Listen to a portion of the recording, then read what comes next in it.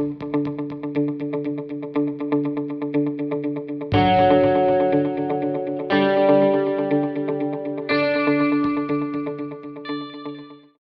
everyone, welcome to the channel. For those of you who don't know, PlayStation have been posting little in-depth videos to their YouTube channel detailing certain aspects of the upcoming Last of Us Part 2. They've already done one titled Inside the Demo and Inside the Story, which I've already watched and I can link down in the description below for you guys. But I thought as I've been playing through the first one, it would be cool to watch and react to their one detailing the new gameplay aspects of Last of Us Part 2. So we're going to be watching that now and see what kind of changes and updates they've been making.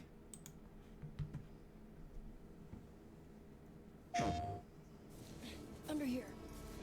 What the gameplay needs to do is immerse you in the world, Yes. give you as many interesting actions to survive in this world and overcome obstacles. And obstacles could be infected, it could be other people, it could just be the environment, it could be rushing water, anything that could happen in this post-apocalyptic world. Does she have a You silencer? Yeah. But more than anything, it needs to put you in Ellie's shoes, that you're experiencing what Ellie's experiencing, making you feel what she feels. Because the more we do that, the more the emotional beats of the story work for us, and the more they work for us in this very unique way that only works in video games. Inside the gameplay. Let's do this. The gameplay philosophy of The Last of Us Part 2 is putting you in the shoes of Ellie and everything that that means. It means giving you a threat constantly, as this world has. It means giving you the hard choices. Because this game takes place in such a hostile universe and our characters are pushed to do really difficult things, we want to put you in alignment with those choices. We want you to understand how hard certain decisions were for these characters, because they're hard for you. I would say the overarching philosophy of how we approached designing the game mechanically is how can we take things to the next level. Everything kind of comes out of the story. Not dogs. And Oh, how do come we do on. it through systems? Ah, that's So really cool. one is you have to feel the pressure of survival. So you can go Survive by prone the skin of my in teeth. grass How do to I hide. use all the scrap around me, any kind of bullet, any kind of rag, any kind of bottle of alcohol? How do we give you that sense of being a survivor in this world?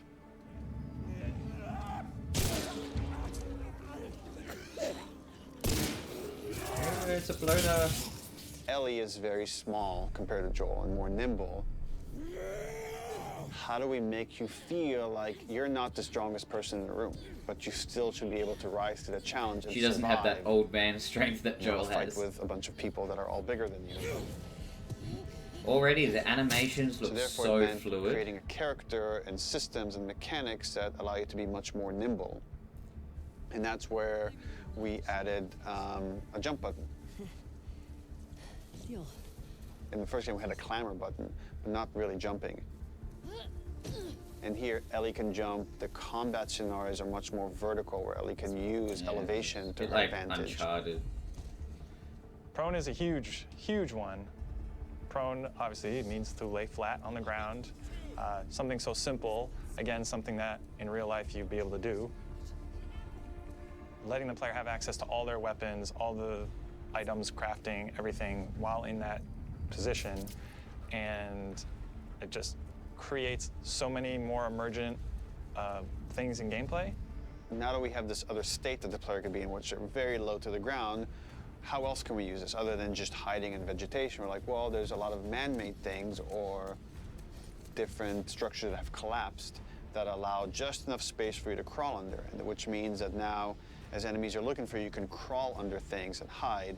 That's and it's cool. just one more way to assess your environment and use it to Ellie's advantage. Now, because you can hide under things, we gave the enemies, we made them smarter and gave them the course, ability to yeah. look under things. So They're gonna have while to you have might hide somewhere and be safe for a while, eventually they're going to start looking under ways stuff. And to if you're hiding in find a truck you. and they spot you, they're going to yank you out and then try to kill you. Ah.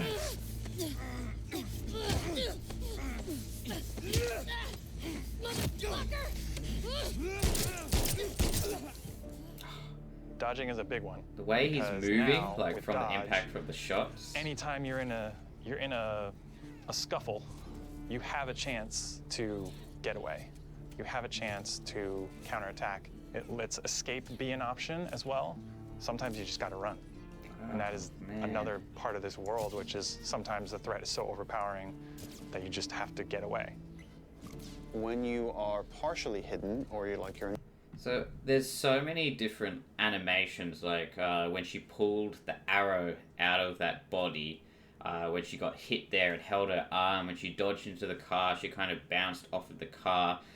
I wonder how many of these are scripted, or if it's all just natural, if it's just all like programmed into the game that these animations happen depending on the terrain, depending on your environment, because if that's the case, that's really cool and it's going to help immerse you into the world of The Last of Us.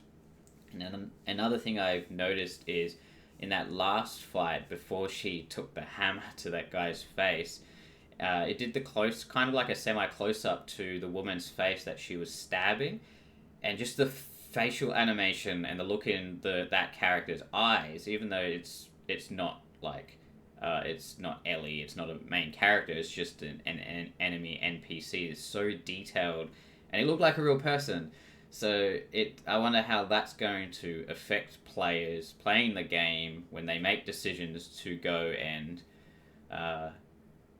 choose to attack, choose to kill people. Seeing like reactions like that, it just kind of makes it more grounded and real, and makes it it feels a little bit weird. So it's really interesting. That means people from afar can't see you, but people from closer can kind of see you. They will eventually acquire you. You're not completely hidden when you're in grass. She went into the grass. Watch yourself. Yeah, so if they get And close it enough, makes they'll you as a find player become much more aware of your surroundings. Jump, prone, dodge, all these things feed into. I'm not looking forward to dealing with the dogs, because I don't like shooting any kind of animal in games generally, but dogs tend to be the hardest. Like even in Resident Evil, when you're shooting the zombie dogs, it's like, oh, they still move, they still look, they still sound like a dog. So I'm hoping there's ways around the doggos in this game. Probably not, but I guess it's just adding to the intensity of the situation, making it more emotional, and just making the player feel things, which isn't bad. To both exploration and combat, because it Can lets they us smell you? expand the space. The size of Surely. spaces can be bigger, the intricacy of spaces can be more complex, and it still works exactly as you would expect. So when it came to our level design, we really wanted to challenge ourselves to make a world that really felt like a real space as much as we possibly could, and didn't feel like a series of combat encounters and exploration spaces and then combat. So in that gun she was holding, it looks like encounters. she's got some kind of pipe thing, foam thing on the end of it. So you can see it in this menu actually. The first gun on the right looks like it has a suppressor. So it looks like they're things that you can craft from bottles, perhaps, or car components, which is really cool, just adding another depth and layer to the world. I guess that would especially come in handy against clickers who rely solely on their hearing, so that could be really interesting. That felt like a Hall of Horrors or something, but something that really felt like a space that you could explore that seemed like a legitimate urban environment. And that pushed us to make our level design even more open than it was in the first game, which for us at the time was pretty open. In this game, we've gone so far in making the level design open that there are actually entire story moments, entire combat encounters, like full scripted sequences that you may completely miss. Oh wow. And there are things that we feel like, even though a portion of our player base may never see these things, the fact that when you do encounter them, you feel like you discovered them, it lends them this charm and this magic that I think is unique to games, that, this happened to me because of what I did and what the place I explored to. So already in a very stressful game, this makes me even more stressed in a different way, because I feel like I don't want to miss out on any part of this game. So it's like, oh, I need to see everything, and it's just kind of like one of those OCD things in gaming where it's like, no, I have to go here in case there's a scripted scene here, so I don't want to miss out on anything. Crafting is very much about a payoff to exploration, meaning that when you enter new spaces, you want to look around for supplies. You want to open drawers and cabinets and look for different things that will allow you to craft either items that can help you heal, items that can help you attack multiple enemies at once, such as the Molotov or the landmine that Ellie can craft. Items that can help augment your weapons, like a silencer for her pistol. There you go. Or craft new kinds of ammo. It also gives us tons of interesting gameplay choices and overlaps that you can do at any moment and on the fly. We try to be a game that wants you to make a lot of different decisions in combat as possible. And the way that we've expanded the recipe roster and all of the recipes and how they interact with each other is carefully chosen for the different ingredients and making sure that you always have these interesting decisions to make. We put a much stronger emphasis on the importance of the choices you make in the long term for your character. It'd be useful. Through the weapon upgrade system, through the player upgrade system, there aren't enough resources in a single playthrough to fully upgrade your character. Okay. The choices that you make, you're going to have to live with. And we wanted to make sure that all of the choices that you made had a really noticeable and tangible effect on the way that you play.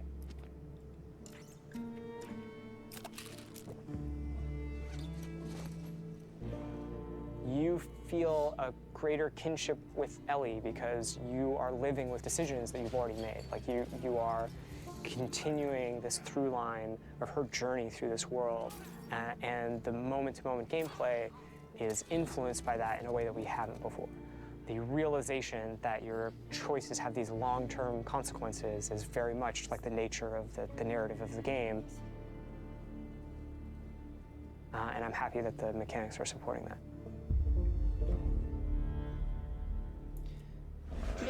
So soon. Alright, so I love the look of the game. It's obviously a big leap from the first one in terms of the animation of characters. And in a way it makes sense that, you know, she has all these different animations and mobility options to her because she's a lot lighter and smaller than Joel. And Joel couldn't, like, you know, hide in the grass or crawl under cars because he's a big boy. So that all makes sense. All the crafting, the new crafting abilities look really interesting. And it seems like they're really opening like combat encounters up to player choice. For example, I know in my playthrough of the first one, there are moments where enemies would show up and not know where you are. And you can either engage them in a front-on fight or, you know, stealth around and take them out one by one. But if you let them, you know, do their conversation, dialogue, whatever points, they could leave the area and continue on because they're acting like real people, and you can just completely avoid the encounter altogether. So I'm really excited to see kind of all the little natural combat encounters, like how they all react to the choices that you make as Ellie. It's really looking cool. It's obviously going to be hard to see or understand how the game plays out without playing it yourself. So, but this was quite a good look at the new things that they're going for with the game, and it's making me really excited to play it. But yeah, if you're not already watching my playthrough of The Last of Us 1, you be sure to jump in and check it out, and leave a like and subscribe. It definitely helps me get videos out there to you guys. And yeah, just keep an eye out for my playthrough of part 2 once it drops. I'll see you soon. Bye.